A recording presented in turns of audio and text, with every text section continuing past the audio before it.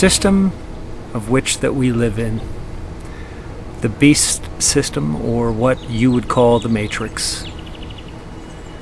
This system has implanted rules and programming within your minds.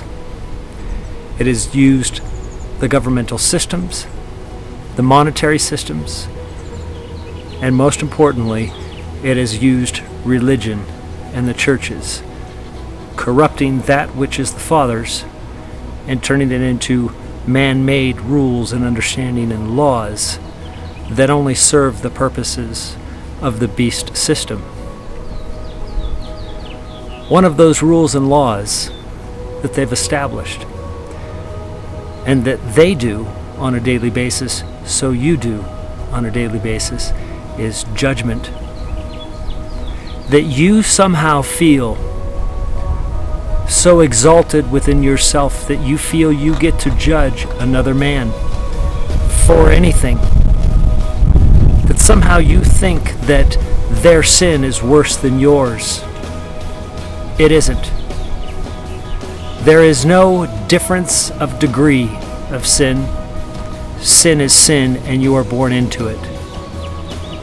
So to judge another in sin, their sin becomes yours. When you judge someone, it is you that is judging the world and making yourself God.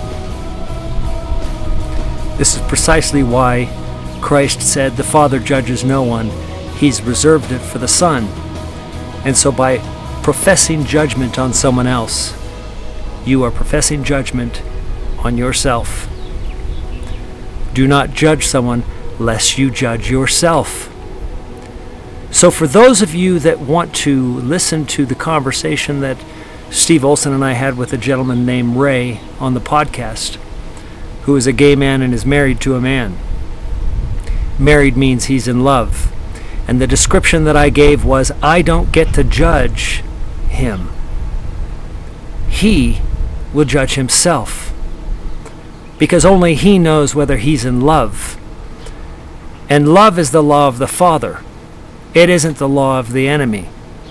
So in a broken world, when you know yourself that you're broken, to judge someone else as broken and less than you places yourself on the throne and exalts yourself. And you know the Father says about that, those that exalt themselves will be humbled, but those who humble themselves will be exalted. In humility, this man came onto the radio show and confessed that he is a gay man in a gay marriage and that he had been quite harsh to other gay men in the world. So the reality is that if he loves his spouse, that love is of the Father. That doesn't mean that what he is doing is correct in the Father's eyes, but the love is. Sexual morality isn't just a sexual act. It's a violation of the Spirit of God. Any violation of the value of the Spirit of God is sexual immorality because it is a marriage between you and the Spirit. This is the Spirit, the bride, and the bridegroom. So when you are in the Spirit, you are married. And if you cheat on that Spirit by adopting the enemy's world and his systems, you have cheated on the Spirit of God, which guides you, which speaks to you, which loves you, which nurtures you, and you defy it by accepting the ways of this world and judging another man or another woman. There is no way to get around the judgment that you profess with your own mouth. You become a testimony against yourself. The most important thing that you can do is recognize that you're all in the same prison and you're all guilty. No one judges another prisoner as a worse prisoner. They're all just prisoners. They're all within the same prison, and they help each other, and they work through their issues together. They love one another. They work together, understanding that they are both incarcerated within the location that they're at, which is where you're at. You're not only in a physical prison, but a more powerful prison, one of your mind.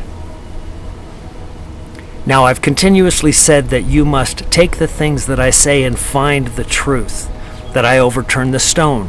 The reason why I say these things is because if you take the things that I say and say, just tell me the truth, just speak it to me, what happens is the truth is not yours, it's my truth. And I gave it to you. It isn't yours because you didn't discover it on your own. I don't want you to have my truth. I want you to have yours. Because when it's your truth, it will never be abandoned.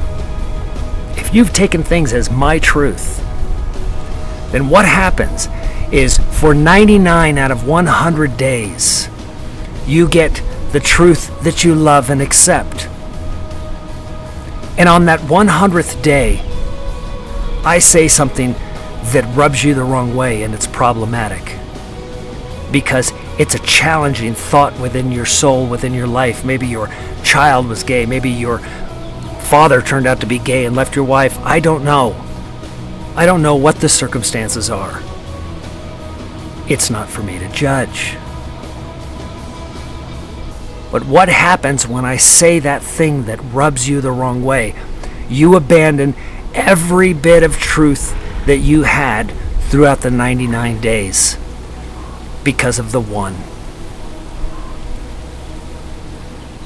You cannot see the forest for the trees because the trees are just so big and they're in the way. You're looking for the forest.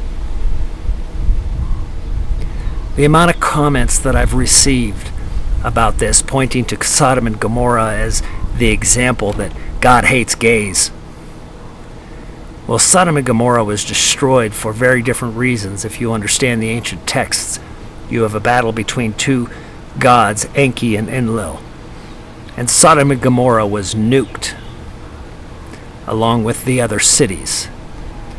The evidence of the nuclear devastation still exists to this day with the radioisotopes within the soil at that very location that prove that it took place, that what took place was a nuclear explosion, the splitting of an atom.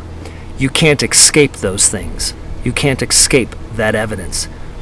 The scars of the earth still to this day show it. Nuclear bombs weren't detonated by this country for the first time on this planet by a long shot. So understand, when Lot's wife was turned to a pillar of salt, the word that they used for salt was really in the Hebrew vaporized. So know this, that the God, the Father in heaven, doesn't nuke people because they're gay. You don't get to judge somebody's life because you don't know their previous lives within this system. You don't know who they've been in their past. You also fail to understand that we were once male and female, a single being, before we became separated when the rib was taken from Adam and made Eve, and then placed into a suit of skin, which you're wearing. God didn't kill an animal and sew together his skin to clothe Adam and Eve. The Adam and Eve story is the description of the fall of the Spirit of God in man into this system that we live in. You are a spiritual being living a physical existence in a prison at multiple levels. You're a prison in this body of an animal. Stop acting like one. That's the key. Father understands that you're wearing the skin of an animal, and he's begging you to stop acting like one. So with that said, this is a time where we are asked to gather those that the Father has called, and we are asked to speak the information that we are speaking.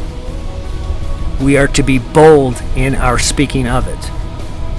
There is a protection mechanism. Right now, there is a bit of a peace, even though there's lots of attacks. The attacks are astounding. They're demonic at every level. but know that they were promised. And you must find all of these attacks and take joy in them, because they are confirmations, because Christ promised that they would happen. When he says to the apostles and those that were listening to him teach that these things are happening not on my account, he didn't need them, but on your account, so you will know that I said this. That was for this time, right now. That he had come here and lived in this existence so he could go there and establish it within the people, so that the truth could be conveyed to the people through the ages until we got to this point right now. Now I'm going to splice together another piece of video also. I want you to hear from a young man, a 12-year-old boy that called into the show. His name is Cruz. And I want you to hear him and listen to him, because his seeking of the Father is precisely what you need to do. Christ said, if you want to enter the kingdom of God, you must become like a little child.